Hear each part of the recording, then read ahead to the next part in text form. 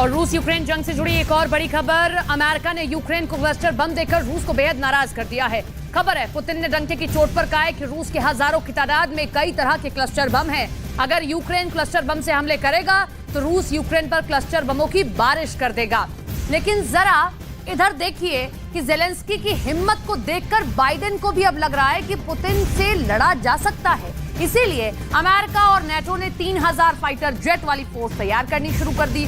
इस फोर्स के टारगेट पर मॉस्को है और पुतिन का सबसे बड़ा खास ठिकाना क्रेमलिन भी इस टारगेट पर है।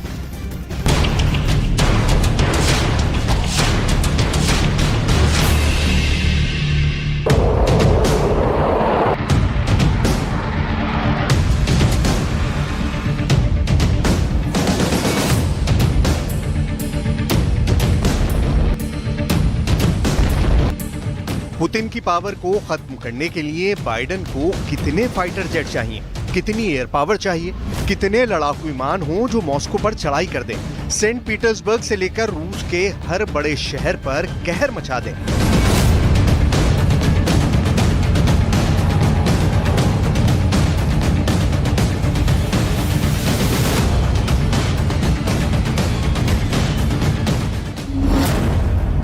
क्या बाइडेन का काम 500 फाइटर जेट से चल जाएगा या फिर उनको 1000 लड़ाकू विमानों की जरूरत पड़ेगी? बाइडेन तो 1500 फाइटर जेट का भी इंतजाम कर सकते हैं, लेकिन सच ये भी है कि उन्हें इससे भी ज्यादा 2000 लड़ाकू विमान की जरूरत पड़ सकती है। लेकिन क्या इसमें उनका काम हो पाएगा?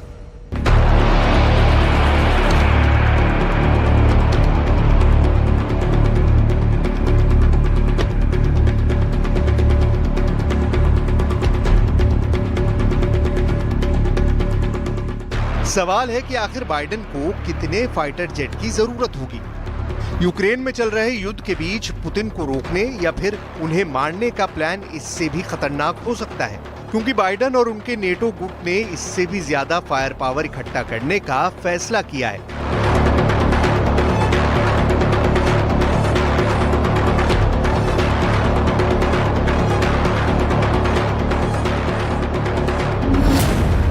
अमेरिका और नेटो मिलकर अब 3000 से भी ज्यादा फाइटर जेट उतारने की तैयारी कर रहे हैं। इसमें अमेरिका के ही 1500 से ज्यादा लड़ाकू विमान हो सकते हैं। इसमें फ्रांस के 200 से ज्यादा लड़ाकू विमान हो सकते हैं। इसमें जर्मनी के 230 से ज्यादा फाइटर साथ आ सकते हैं। इसमें ब्रिटेन के 200 फाइटर जेट की मदद मिल सकती है।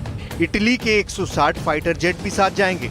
स्पेन से भी करीब 150 लड़ाकू विमान की मदद मिल जाएगी और पोलैंड जैसी छोटी वायुसेनाओं से 60 फाइटर प्लेन साथ ले सकते हैं।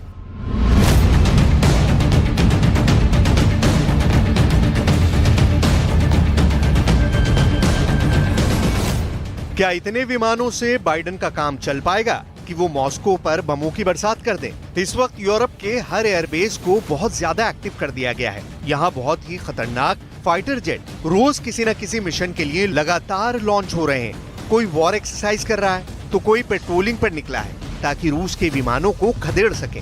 ये वीडियो पुतिन को डरने पर मजबूर कर सकता है, क्योंकि खतरा परमाणु हमले का भी है।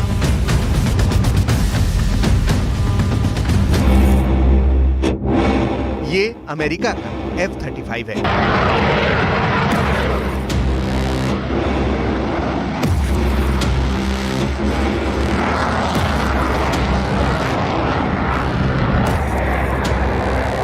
ये स्वीडन का ग्रिपेन है।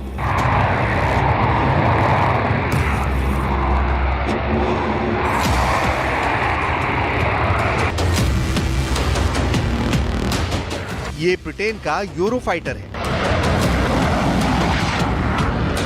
यहाँ जर्मनी का यूरोफाइटर भी है।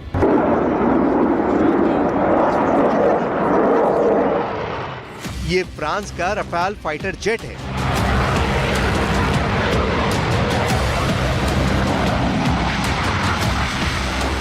ये नॉर्वे का F-18 सुपर हॉर्नेट है।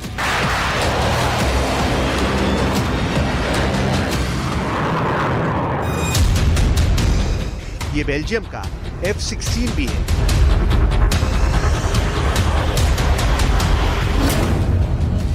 इन सबके टारगेट पर है पुतिन की राजधानी यानी मॉस्को। ये फाइटर हर दिशा से उड़ेंगे और इनके निशाने पर होगी रूस की कैपिटल। रूस पर सबसे बड़ी बमबारी के लिए यूरोप और नेटो की एयरफोर्स पूरी तरह तैयार है।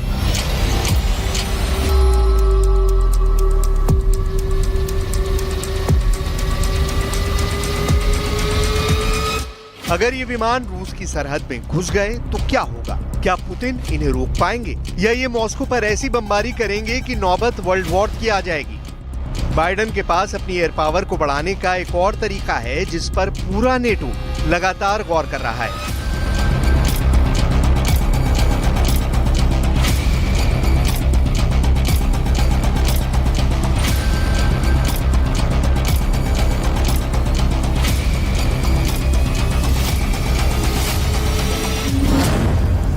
ताकि किसी भी तरह रूस के 800 विमानों की टक्कर में 4 गुना एयर पावर तैनात की जाए और इसमें 3000 फाइटर जेट से भी ज्यादा की फोर्स पूरा नेटो उतारना चाहता है। ऐसा एक्सपर्ट लगातार कह रहे हैं। अगर ऐसा हुआ तो 4 गुना फाइटर जेट का मुकाबला पुतिन कैसे कर पाएंगे?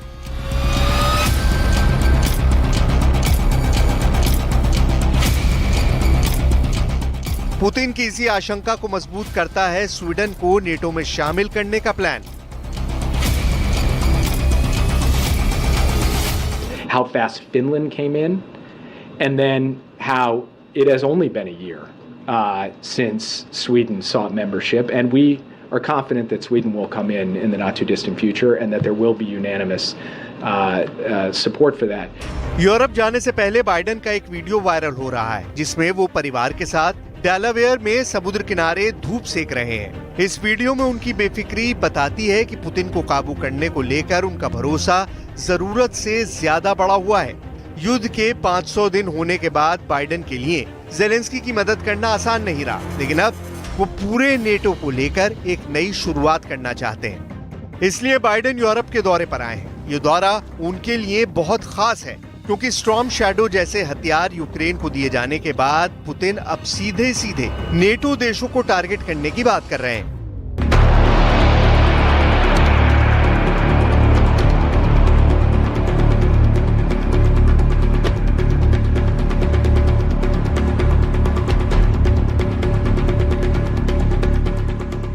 ब्रिटेन में बाइडेन की मुलाकात ऋषि सुनक से हुई है। दोनों के बीच काफी देर तक मीटिंग हुई और कहा जा रहा है कि इसमें सबसे बड़ा मुद्दा व्लादिमीर पुतिन ही रहे।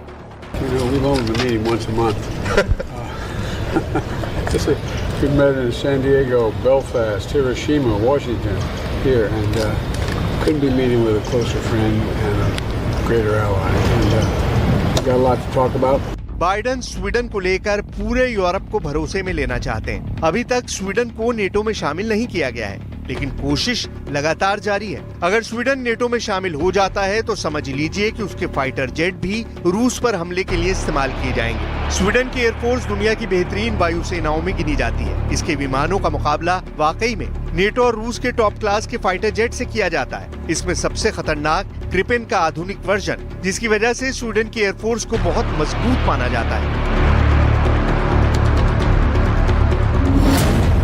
स्वीडन के एयरफोर्स के पास 150 फाइटर जेट हैं। ये सभी ग्रिपेन के अलग अलग वर्जन हैं, लेकिन एक अनुमान है कि स्वीडन के पास पुराने ग्रिपेन और बाकी फाइटर जेट को मिलाकर 1000 लड़ाकू विमान हो सकते हैं, जो सीक्रेट गोदामों में रखे गए हैं। ये फौरन उड़ान के लिए तैयार नहीं, लेकिन एक छोटे नोटिस पर जल्द उड़ान लायक बनाए जा सकते हैं। इन विमानों को स्वीडन ने छुपा कर रखा हुआ है, ऐसा कई खुफिया एजेंसियों और एक्सपर्ट्स का मानना है।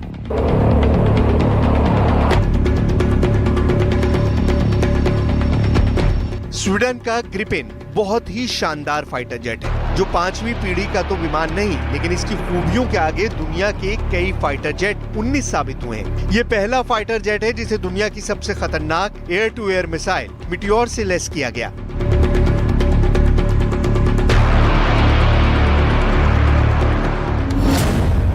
इस मिसाइल की रेंज 80 से 150 किलोमीटर तक है। ग्रिपेन के नए वर्जन में ऐसी 7 मिसाइल लगाई जा सकती हैं। इस मिसाइल को देखकर दुश्मन का सबसे जाबाज पायलट भी इससे फासला बनाए रखेगा। ऐसे ही हथियार हैं जो स्वीडन की वायुसेना को बहुत खास बना देते हैं। ऐसे ही हथियार हैं जो किसी भी युद्ध में गेम चेंजर साबित होते हैं। फिर चाहे दुश्मन कितना भी ताकतवर क्यों ना हो। यही वजह है कि अगर नेटो के साथ स्वीडन आता है या ये नेटो के साथ मिलकर रूस के खिलाफ युद्ध लड़ता है तो नुकसान में सिर्फ पुतिन की एयरफोर्स ही रहेगी, क्योंकि ग्रिपेन जैसे फाइटर जेट के शामिल होने से नेटो की ताकत कई गुना बढ़ जाएगी। इसमें कोई शक नहीं है। ये डर पुतिन को भी है और उनकी वायुसेना भी इस खतरे को बहुत अच्छी तरह जानती है। मॉस्को के आसमान में नेटो के फाइटर जेट पहुंचे तो सीन कुछ ऐसा होगा। धमाके क्रेमलिन से लेकर रेड स्क्वायर के कोने कोने पर होंगे। कोशिश पुतिन की सत्ता को पूरी तरह हिलाने की होगी, लेकिन ऐसी बमबारी अगर हुई तो समझ लीजिए कि फिर विश्व युद्ध होने से कोई नहीं रोक पाएगा। ये खतरा नेटो को भी है, ये पुतिन से लेकर बाइडेन तक सब जानते हैं। लेकिन डर यही है कि नेटो के फाइटर, चाहे वो F-35 हो या फिर यूरो फाइटर, वो F-16 हो या ग्रिपेन से लेकर राफेल तक, पुतिन के शहर पर टूटना चाहते हैं और बम बहुत ज्यादा बरसाना चाहते हैं।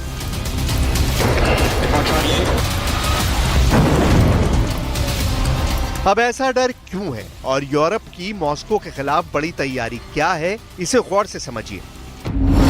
नेटो ने अपने इतिहास का सबसे बड़ा हवाई युद्ध अभ्यास किया है, जिसका नाम है एयर डिफेंडर। इसमें 25 देशों के 250 से ज्यादा जहाज शामिल हुए। इसमें 100 से ज्यादा विमान तो अमेरिका के थे। एक्सरसाइज में 10,000 से ज्यादा वायु सैनिकों ने रूस से युद्ध लड़ने की प्रैक्टिस की। इसमें सिर्फ अमेरिका से ही 2000 लोगों का स्टाफ शामिल हुआ।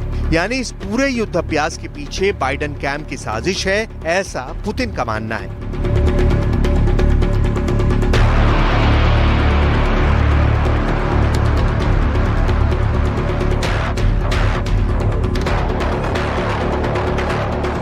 इस युद्ध अभ्यास में उत्तरी यूरोप से लेकर बाल्टिक देशों का पूरा एयर स्पेस इस्तेमाल किया गया और जाहिर है यहाँ हर मिशन का टारगेट सिर्फ और सिर्फ रूस रहा, पुतिन की एयरफोर्स रही और रूस के कई शहर को टारगेट के तौर पर देखा गया। इस युद्ध अभ्यास में प्रैक्टिस की गई कि कैसे युद्ध के दौरान रूस के खिलाफ मिशन शुरू किए जा सके, कैसे विमानों को एक बेस से दूसरे बेस और फिर रूस के करीब तक लाया जाए।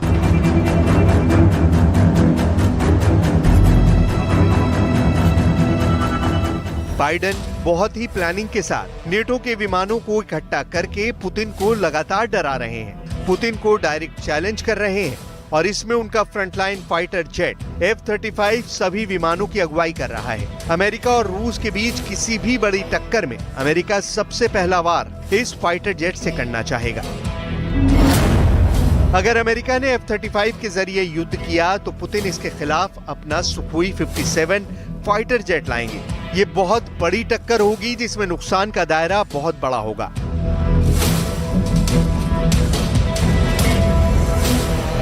दुनिया के सबसे आधुनिक फाइटर जेट अगर एक दूसरे के सामने उतरेंगे और उनका आमना सामना हो गया तो यूरोप के आगे की टक्कर होगी। ऐसे हालात में विश्व युद्ध को रोकना मुश्किल हो जाएगा और नौबत परमाणु युद्ध की भी आ सकती है। ये डर इसलिए क्योंकि इन फाइटर जेट्स की वजह से यूक्रेन से भी बड़ा युद्ध होने का खौफ बढ़ने लगा है।